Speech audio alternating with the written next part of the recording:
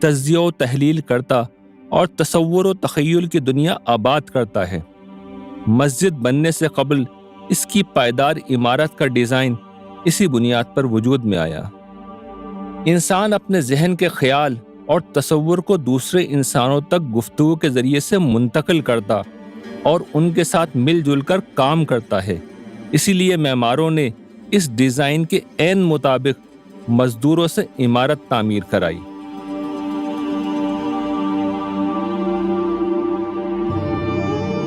انسان میں خیر و شر کا تصور اور عدل و انصاف کی طلب پائی جاتی ہے۔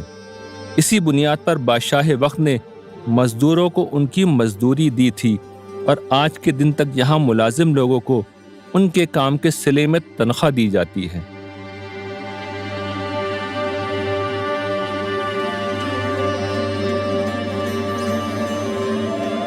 انسان میں ذوق جمال پایا جاتا ہے۔ یہ مسجد اپنی خوبصورتی اور جمال و کمال کے لیے مشہور ہے اور اسی لیے آج تک لوگ اسے دیکھنے کے لیے دور دور سے آتے ہیں۔ ان سب کے ساتھ اگر انسان کی جسمانی ساخت ایک خاص طریقے کی نہیں ہوتی تو یہ مسجد وجود میں آ سکتی نہ۔ عالمگیر اور اس کی سپاہ ان ہاتھوں سے مختلف قسم کا اسلحہ استعمال کر کے فتح حاصل کر پاتے۔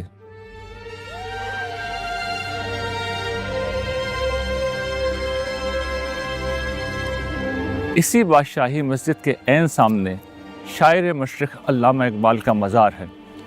عالمگیر کے جن ہاتھوں نے اسلحہ چلایا، مزدوروں نے یہ مسجد تعمیر کی، انہی کو استعمال کر کے علامہ اقبال نے لافانی اشعار کہے۔ بادشاہی مسجد اپنی ذات میں اس بات کا اعلان عام ہے کہ انسان خدا کی ایک خصوصی تخلیق ہے۔ پردائے گماں سے نکل، نگاہ شاک میں آ، پردائے گماں سے نکل۔ اگر یہ ہاتھ نہ ہوتے، یہ ہاتھ آگے پیچھے دائیں بائیں اور ایک دائرے میں ہر سمت گھومنے کی صلاحیت نہ رکھتے، اگر انگلیاں مڑ نہ سکتی، اگر ہاتھوں میں انگوٹھا نہ ہوتا جو ہاتھوں کو غیر معمولی گرفت دیتا ہے، اگر انسان سیدھا نہ کھڑا ہو سکتا، اگر انسان اپنے جسم کو مختلف طریقوں سے موڑ نہ سکتا اور ان جیسی دیگر بہت سی خصوصیات جسم انسانی میں نہ ہوتی تو پچھلی تمام چیزوں کے باوجود انسان مسجد بنا پاتا نہ بہت سے وہ کام کر پاتا جو وہ اب کر سکتا ہے۔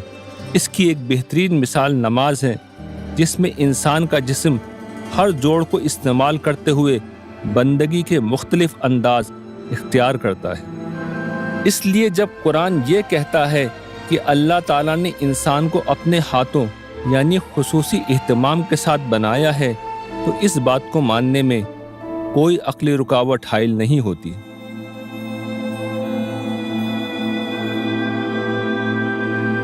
خدا کا انکار کرنے والے انسان کو ایک ترقی یافتہ حیوان کہتے ہیں اور تمام اعلیٰ انسانی خصوصیات کی توجیہ کے لیے ارتقاء کا لفظ بے دریغ استعمال کرتے ہیں۔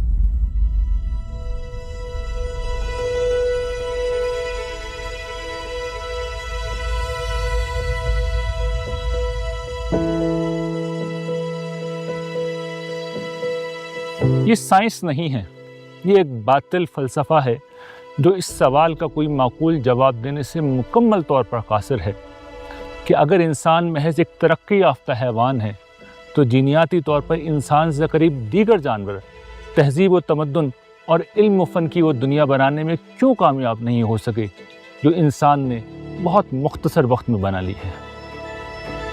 انسان اور اس کے کزن کہلائے جانے والے حیوانوں کا یہ فرق اس حقیقت کے باوجود ہے کہ وہ جسمانی طور پر انسانوں جیسے اور انسانوں سے بہت پہلے سے اس کرۂ ارض پر موجود ہیں۔ اگر یہ انسانی برتری اس کے بڑے دماغ کا نتیجہ ہے تو پھر سوال یہ پیدا ہو جاتا ہے کہ دیگر جانوروں اور خاص طور پر انسان جیسی ساخت رکھنے والے بندروں کی مختلف اقسام یا پرائمیٹس کے پاس یہ بڑا دماغ کیوں نہیں ہے؟ حتیٰ کہ 99% انسان جیسے جینز رکھنے والی چمپینزیز کی بنسبت انسانوں کا دماغ 3 گنا بڑا ہے۔ جینز کی یکسانیت کے باوجود اتنے بڑے فرق کی وجہ اس کے سوا کچھ نہیں ہو سکتی کہ انسان خدا کی ایک خصوصی تخلیق ہے۔ قرآن مجید یہ بتاتا ہے کہ انسان اس زمین پر خدا کی امتحانی اسکیم کے تحت موجود ہے۔ جس خدا نے یہ پوری کائنات بنائی اور اس زمین کو انسان کا مسکن بنانے کے لیے یہاں خصوصی لائف سپورٹنگ سسٹم بنایا، اسی خدا نے امتحان میں کامیاب ہونے کے لیے انسان کو وہ خصوصیات بھی دی ہیں جو کسی اور مخلوق میں نہیں پائی جاتی۔ ان میں سے بہت سی خصوصیات اس کے حیوانی الاصل ہونے کا نتیجہ ہیں، جیسے بھوک اور جنس کی جبلتیں۔ بہت سی خصوصیات اس خاص انسانی قالب کی وجہ سے ہیں جو اس کے نوک پلک سنوار کر اسے بہترین ساخت پر بنانے سے پیدا ہوئیں، جیسے سیدھا کھڑا ہونا، ہاتھوں کی بناوٹ اور ان کا آزاد ہونا، جانوروں کی طرح جسم پر بالوں کا نہ ہونا وغیرہ۔ بہت سی خصوصیات وہ ہیں جو روح پھونکنے کے نتیجے میں پیدا ہوئیں۔ روح پھونکنا ایک خدائی امر ہے جس کی حقیقت سمجھنا تو ممکن نہیں، لیکن اس کے نتیجے میں جو خصوصیات پیدا ہوئیں انہیں قرآن بیان کر دیتا ہے، جیسے اپنے حیوانی وجود سے بلند تر اپنی ہستی کا احساس، غیر معمولی عقلی صلاحیتیں، روحانیت، خیر و شر کا شعور، ذوق جمال وغیرہ۔ انسانی شخصیت کے تمام پہلوؤں کو سامنے رکھا جائے تو صاف معلوم ہوتا ہے کہ انسان ایک خصوصی تخلیق ہے جسے امتحان کے لیے پیدا کیا گیا ہے۔ اس امتحان میں وہ اپنے حیوانی تقاضوں کے باوجود اپنے شرف انسانیت کو باقی رکھے، اس کا ضمیر اسے خیر و شر کے تقاضوں کے مطابق ایک خدا پرستانہ اور اخلاقی زندگی گزارنے پر آمادہ کرے، اس کی انا ایک چھوٹے خدا کی شکل میں اس کے اندر کار فرما ہو کر اسے کائنات کے اصل خدا کا تعارف کرائے، اس کا روحانی وجود خالق کائنات کی تلاش میں رہے، اس کی عقل اور شعور انفس و آفاق کی نشانیوں کا تجزیہ کر کے اسے سچائی تک پہنچنے میں مدد کریں، حواس سے ملنے والے علم کو عقلی مسلمات میں بدلنے کا ملکہ اسے غیب میں پوشیدہ خدا پر ایمان کا راستہ دکھائے، اس کا ذوق جمال جنت کی ابدی بادشاہی کو اس کا آئیڈیل بنا کر رکھے۔ یہ سب چیزیں مل کر انسانوں کو جانوروں سے ممتاز کرتی ہیں۔ انہی خصوصیات کا نتیجہ ہے کہ اپنے ظہور کے فوراً بعد انسان لاکھوں کروڑوں سال سے موجود دیگر مخلوقات پر نہ صرف غالب آ گیا بلکہ دھرتی کے خشک و تر پر حاکم ہو گیا، جس کے بعد اس کا وہ امتحان شروع ہو گیا جس کے لیے اسے پیدا کیا گیا تھا۔ اس دنیا میں انسان جس امتحان میں ہے اس میں انسان کی رہنمائی کا آخری بندوبست یہ کیا گیا ہے کہ اللہ تعالیٰ نے اپنے کلام کے ذریعے سے انسانوں کی براہ راست رہنمائی کی ہے۔ الہامی صحیفوں کے مطابق پہلے 2 انسان آدم و حوا تھے۔ یہ ممکنہ طور پر ماضی میں کسی وقت رونما ہونے والے کسی بڑے حادثے کے بعد بچنے والے ہومو سیپین 2 انسان تھے جو جسمانی لحاظ سے بہترین ساخت میں آ چکے تھے۔ ان میں روح پھونکی گئی اور وہ اس قابل ہو گئے کہ اللہ تعالیٰ انہیں مخاطبت کا شرف بخشیں اور انسانوں کے عظیم دشمن کے مقابلے میں ان کی رہنمائی کریں۔ انسانیت کا یہ عظیم دشمن کون ہے اور انسانوں کو خدا سے ملنے والی رہنمائی کی نوعیت کیا ہے، اس پر ہم انسان کی کہانی کی اگلی ایک ساتھ میں بات کریں گے۔ تب تک کے لیے اللہ نگہبان۔